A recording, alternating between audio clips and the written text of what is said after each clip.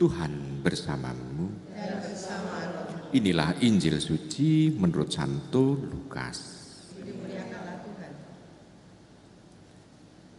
Pada suatu hari Sabat, Yesus mengajar dalam salah satu rumah ibadah. Di situ ada seorang perempuan yang telah 18 tahun dirasuki roh. Ia sakit sampai bungkuk punggungnya dan tidak dapat berdiri lagi dengan tegak. Ketika Yesus melihat perempuan itu, dipanggilnya dia. Lalu Yesus berkata, "Hai ibu, penyakitmu telah sembuh." Kemudian perempuan itu ditumpangi tangan, dan seketika itu juga ia berdiri tegak dan memuliakan Allah. Tetapi kepala rumah ibadah gusar karena Yesus menyembuhkan orang pada hari Sabat. Lalu ia berkata kepada orang banyak, "Ada 6 hari untuk bekerja. Karena itu datanglah pada salah satu hari itu untuk disembuhkan dan jangan pada hari Sabat." Tetapi Tuhan menjawab dia, katanya, "Hai orang-orang munafik, bukankah kalian semua melepaskan lembu dan keledaimu pada hari Sabat dan membawanya ke tempat minum? Dan perempuan ini sudah 18 tahun diikat oleh iblis. Bukankah ia harus dilepaskan dari ikatannya itu karena ia keturunan Abraham?" Waktu Yesus berbicara demikian, semua lawannya menjadi malu, sedangkan orang banyak bersuka cita karena segala perkara mulia yang telah dilakukannya. Demikianlah sabda Tuhan. Ibu, bapak, saudara, saudari yang terkasih dalam Tuhan, kita bisa melihat penyembuhan ini, perempuan itu tidak meminta kepada Tuhan untuk disembuhkan. Kita tidak melihat dia meminta, "Tuhan sembuhkanlah aku." Enggak. Tapi Tuhan itu kerentek untuk menyembuhkan orang itu. Kenapa?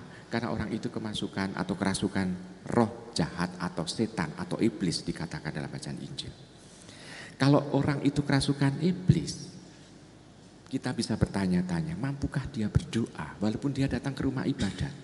Apakah dia mampu berdoa? Karena dia kerasukan iblis. Paling dia datang, tetapi apakah mampu untuk bisa merasakan dan mengalami kehadiran Allah? Itu pertanyaan tersendiri. Lalu yang kedua, kalau dia itu kerasukan iblis, sebetulnya orang itu gak sadar. Karena apa? Karena dia sendiri itu dikendalikan bukan dari dirinya sendiri, sehingga tidak mempunyai kemampuan untuk minta tolong kepada Tuhan Yesus. Karena bukan dia yang mengendalikan dirinya, karena dia yang merasuki dirinya bukan dirinya sendiri, tetapi ada kekuatan yang bukan dari Allah.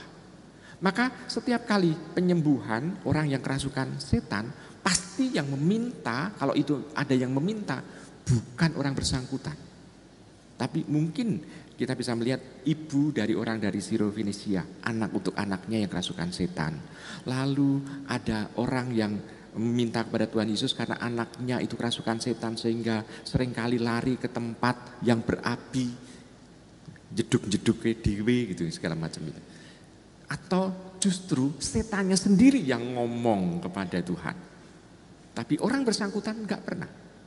Maka Tuhan melihat kasihan betul orang ini. Maka Tuhan kerentek, dia berinisiatif untuk menyembuhkan. Pertama itu dari renungan ini. Lalu yang kedua, kita bisa melihat Tuhan mau menggenapi hukum Sabat, yakni tindakan Allah. Allah bertindak. Kalau setiap orang pergi ke rumah ibadat, ke sinagoga atau ke bait Allah, karena tempatnya disebut hanya tempat ibadat saja untuk orang-orang Yahudi, berarti bisa mengandaikan, oh ini sinagoga atau ini bait Allah. Nah, kalau orang pergi ke sana, kira-kira orang itu mengungkapkan doa permohonan enggak? Ada doa permohonan. Kalau doa permohonan menunggu kehadiran Allah enggak? Allah bertindak enggak? Ya. Berarti tanda di sini dalam hari Sabat Tuhan bertindak inisiatif itu karena apa? Untuk memperlihatkan bahwa ini untuk penggenapan hari Sabat, karena Tuhan mau bertindak menyelamatkan dan memberikan yang terbaik untuk umatnya.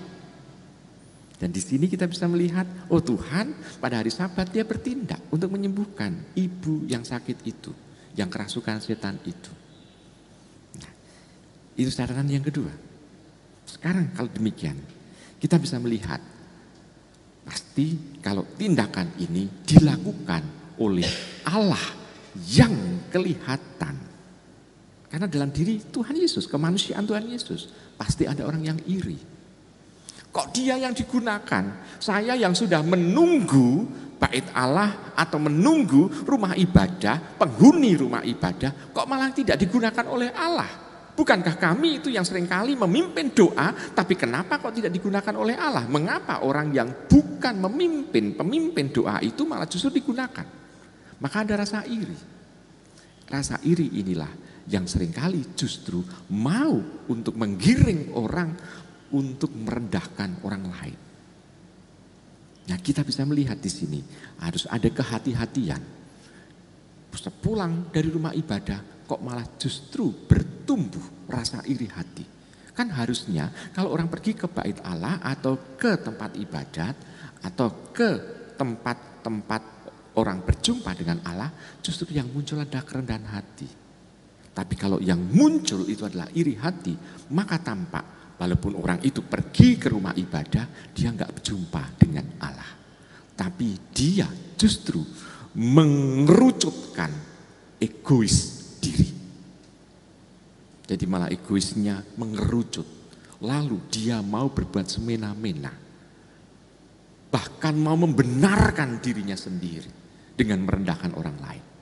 Kalau demikian, walaupun orang itu pergi ke rumah ibadah, orangnya justru mau bertindak sebagai Allah. Nah, ibu bapak, saudara, sudah dikasih dalam Yesus Tuhan. Kalau demikian, ada 3 catatan ini. Kita bisa melihat bacaan ini berbicara apa untuk kita. Maka kita harus mencoba untuk hati-hati. Kita banyak berdoa. Yang kita mohon apakah memang ini adalah memberikan kemampuan kita untuk semakin dekat dengan Allah. Semakin kita bisa merasakan kehadirannya. Semakin kita bisa merasakan jamahannya. Semakin kita bisa merasakan sungguh kebaikan yang luar biasa yang diberikan kepada kita. Dalam setiap doa hendaknya kita menuju ke sana.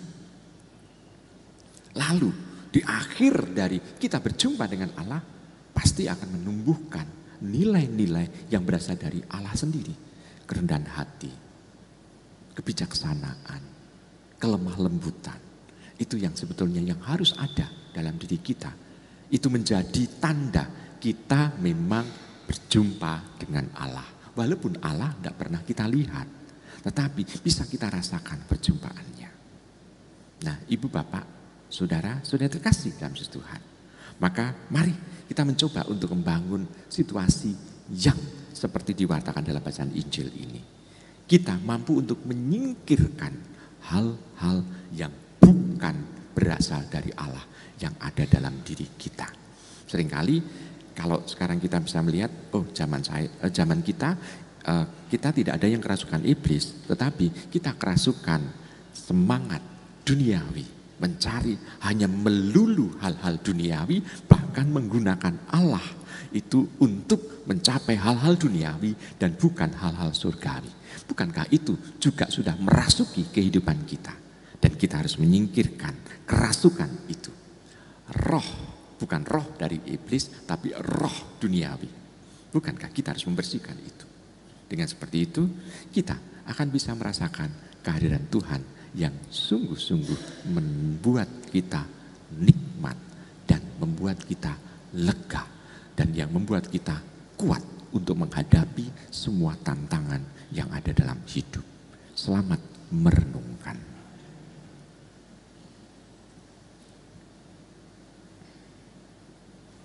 Syukur dan terima kasih kepadamu ya Allah, karena Engkau telah memberikan kesempatan kepada kami supaya kami bisa merasakan kasih-Mu. Engkau sungguh mempunyai